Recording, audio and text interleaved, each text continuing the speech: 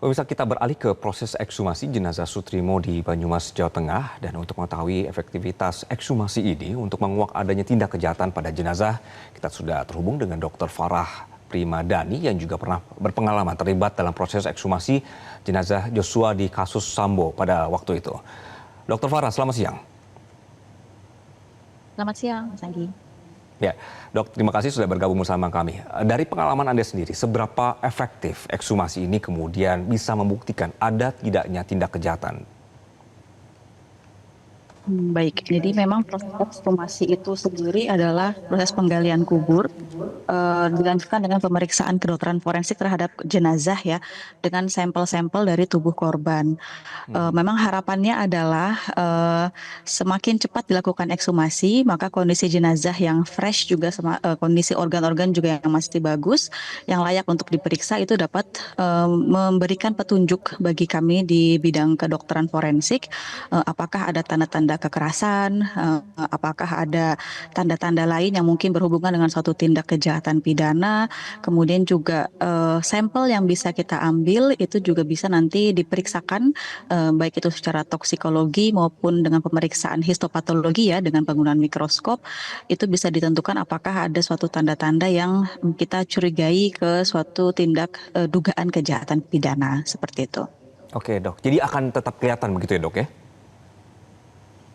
Seharusnya jika memang kita kan belum tahu ya kasus ini seperti apa ya, dugaannya seperti apa gitu. Jadi memang sebaiknya ekshumasi itu dilakukan dalam kondisi secepatnya, tidak lama Oke. setelah korban dimakamkan, sehingga itu akan memberikan petunjuk yang lebih efektif dan lebih bagus lagi ya untuk para tim dokter pemeriksa. Namun jika kondisi jenazahnya sudah lama, memang itu akan menyulitkan, tapi masih bisa, harapan kami masih bisa diperiksa beberapa kondisi korban dan bagian tubuhnya dan sampel-sampelnya masih bisa diperiksa juga. Oke. Dok, kalau kita melihat pada kasus sebelumnya, tadi disebutkan dokter juga sempat terlibat dalam kasusnya Joshua. Saya ingat Joshua Huta Barat itu adalah dari mulai dikubur sampai diekshumasi itu sekitar 16 hari begitu ya, Dok ya. Dan kasusnya untuk Sutromo ini adalah sekitar 20 hari di dalam tanah. Nah, bagaimana kemudian kondisi pembusukan makroskopis ini yang ditemukan misalnya dan juga mengganggu atau juga bisa mendukung proses ekshumasi atau juga pencarian data? Ya, betul sekali. Jadi memang pada kasus Joshua, yang menguntungkan kami adalah kasusnya berhubungan dengan dugaan ada kekerasannya ya gitu, sehingga Oke. pada kasus di mana ditemukan kekerasan pada tubuh, apalagi jika ada luka terbuka, itu akan lebih memudahkan tim pemeriksa. Walaupun memang, dengan kondisi sudah terjadi dekomposisi atau pembusukan, itu akan lebih sulit untuk tim untuk menentukan jenis lukanya itu seperti apa. Karena adanya proses pembusukan tentu luka itu akan berubah bentuk daripada bentuk aslinya.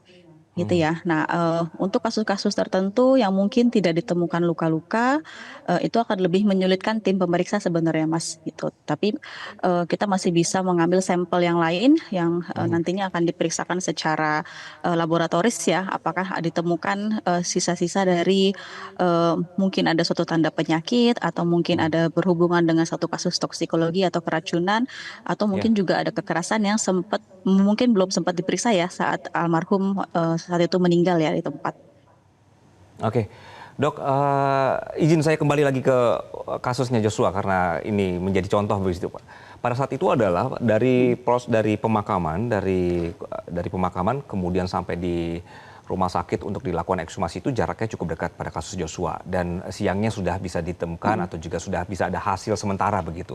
Nah, kalau untuk kasus seperti ini, eee, dengan jenazah yang sudah 20 hari dimakamkan begitu, berapa lama yang kira-kira dibutuhkan waktu untuk bisa setidaknya tim Lab 4 ini bisa menemukan ada satu data yang bisa mendukung proses penyidikan? iya, kalau untuk waktu akan sangat bervariasi sekali ya, Mas Anggi ya. Hmm. Kita belum tahu, saat ini juga kita belum dapat informasi ya dari tim, sampel apa saja yang diambil. Mhm. Kemungkinan sih mungkin bukan sampel darah atau urin ya, karena, mungkin saja sudah dengan proses pembusukan, sampel Mhm. tersebut sudah tidak layak lagi, diperiksakan secara laboratoris. Tapi mungkin ada sampel dari organ yang mungkin akan diperiksakan oleh tim, jadi biasanya kita akan mengambil beberapa organ tertentu dalam tubuh yang nantinya akan diperiksakan secara laboratoris, gitu. Organ-organnya, mungkin nanti tim yang akan menyampaikan ya ke media ya.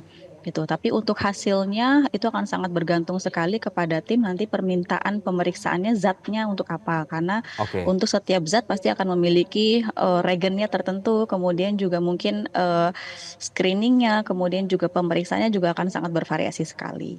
Oke, Dok terakhir, terkait ini yang kemudian masih menjadi perhatian publik ya, berkenaan dengan ada laporan awal bahwa mulut korban ini mengeluarkan busa.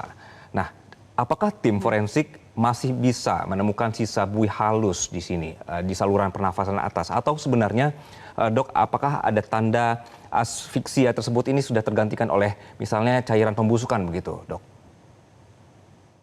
Ya, betul. Kalau untuk buihnya sudah pasti tidak bisa ditemukan lagi ya, Mas Anggi ya, Oke. karena buih itu setelah kita, apalagi kalau jenazah sudah dimandikan, sudah dibersihkan, kemungkinan besar buihnya itu pasti sudah hilang dengan proses pembersihan atau pulasara saat jenazah dilakukan pulasara oleh tim. Mhm. Namun buih itu kan hanya produk hasil ya, produknya, Oke. tapi buih itu kan terjadi karena proses nafas yang terlalu cepat bercampur dengan saliva atau air liur ya yang ada dalam rongga mulut atau di saluran pernafasan itu yang menimbulkan jadinya dia sesak Mhm. nafas berat akhirnya timbul busa gitu. Nah, sesak nafas inilah yang harus nanti dicari oleh tim sesak nafasnya karena apa?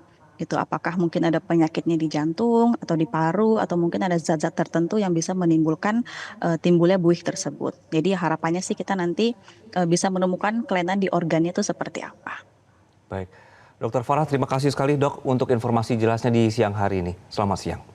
Jelajahi cara baru mendapatkan informasi. Download Metro TV Extend sekarang.